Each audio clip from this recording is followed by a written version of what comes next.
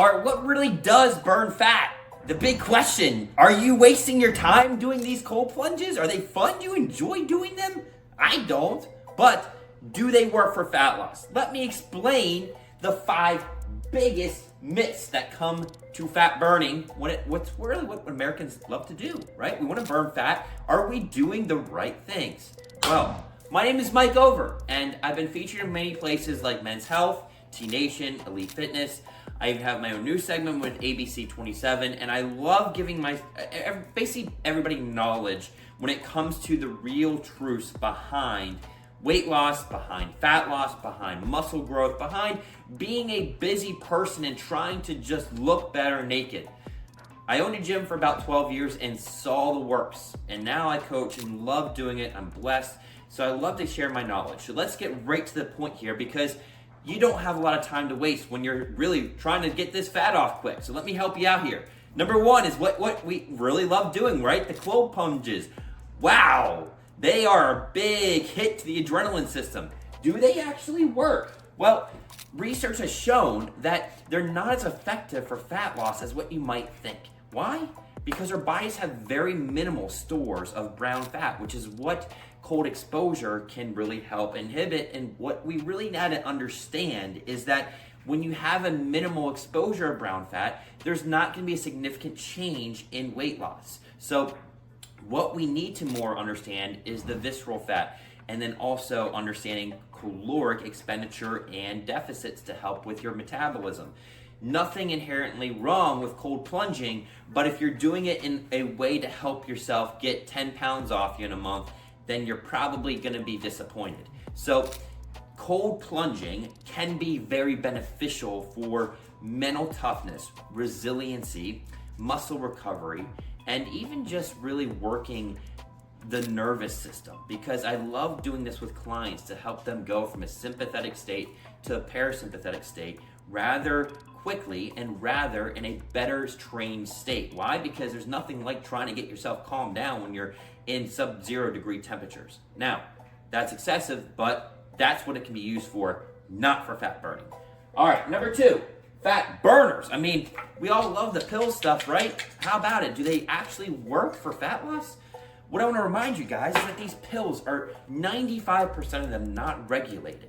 You don't even know the amount of the ingredients that are in, if even there are some research behind green extract, or even things that can help promote fat loss like ALA, caffeine. Things like this can be beneficial for helping initially spike metabolism, maybe increase thermic effect of the body, and help main sense, which work what? Your heart rate gets up, you're maybe sweating a little bit more and burning a little bit more calories. Nothing excessive, but what we have to appreciate is that we don't know what really is in some of these pills. We don't know the combinations they're using. None of them are regulated, and more often than not, you're gonna see a negative side effect than a positive.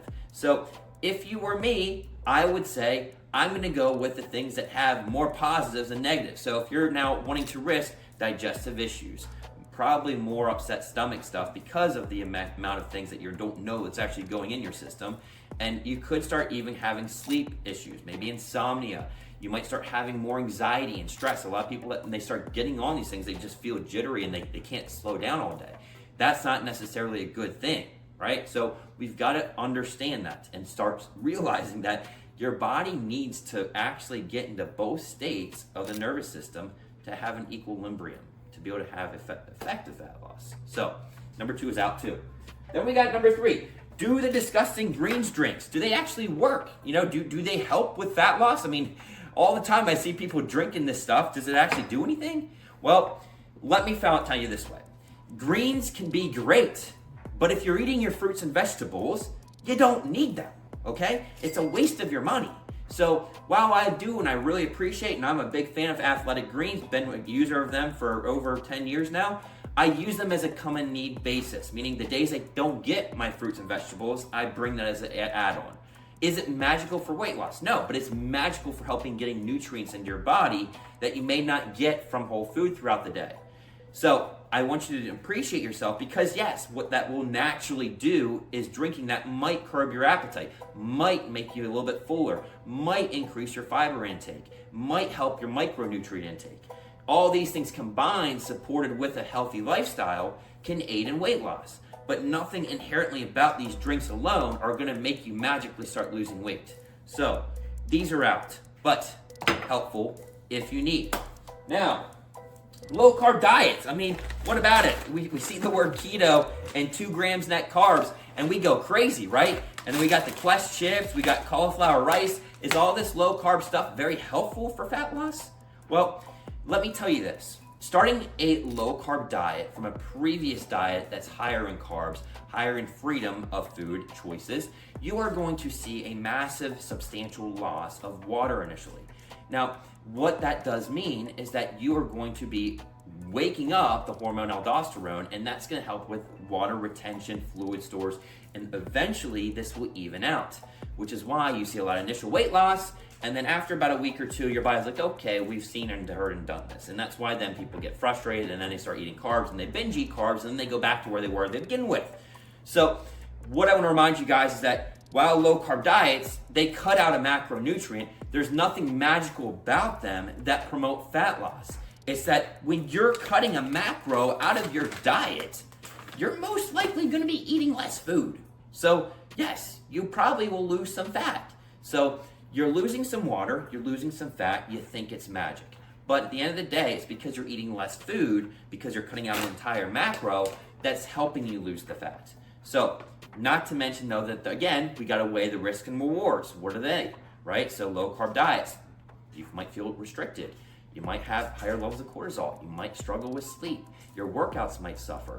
So you've got to weigh these out if you want to understand the benefits and drawbacks, because I'd rather lose fat and actually feel good when I'm doing it, right? So that might be something to think about. And then we've got our last thing, to hit workouts. I mean, guys, you know me. I'm a fan of loving short, quick, intense, hard workouts. But again, my body's healthy enough to sustain them, and I'm fueling correctly to do them. There's nothing magically perfected about these workouts that make your body lose more fat. They can just be more time efficient. They can help with increasing stamina. They can help with increasing VO2 max. They can also be beneficial to help burn more calories in a shorter amount of time. But there's a negative drawback, right? Because what do most people do?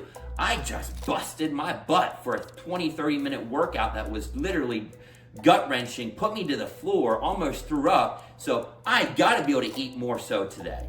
And so what do? You move less the rest of the day, you eat more, and within just 30 seconds of what you put in your mouth, you eat back the calories that you just burned, because it's not anything significant, okay? A 20 to 30 minute HIIT workout might give you, if you're an average male of 180 pounds, like me, maybe 400 calories if you're really cranking.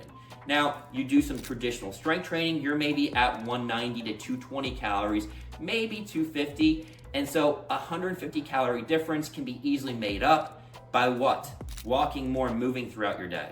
And, oh, okay, I had that hard workout, I'm gonna have a Snickers bar this afternoon. It's gone, you know what I mean? So very quickly, it can add up, which is why I just say, you've gotta be the basics here, right? 30 minutes of strength training, 3 to 4 days a week, is really the nuts and bolts of what you need. On top of that, adding in this HIIT stuff when deemed healthy and fueled properly, and that will help aid in your body's ability to what? It can even help with nutrient dispersion. It can help with increasing your stamina, helping, like I said, VO2 max. It can help with mental toughness, because they're not easy workouts when you do them like that too. So that's why I enjoy them, and it helps give me my cardio too, because I'm not want to just go out and plunge on an elliptical or, you know, go do a 10-mile run. I like to just more so do a 30-minute HIIT workout for my cardio. Now, hopefully that gives you guys the goods of what really is the myths and what really can actually help. So if you're curious on what I do and how I help my guys really get sustainable fat loss and love it, and do it with doing less in the gym, less with their diet manipulation, then I encourage you to make sure you join my free community. I'll put the link below, check it out, and I want you guys to really know that there is a right way to do it. It's just conventional wisdom has you thinking otherwise. So hopefully this helps. God bless, and I'll see you soon.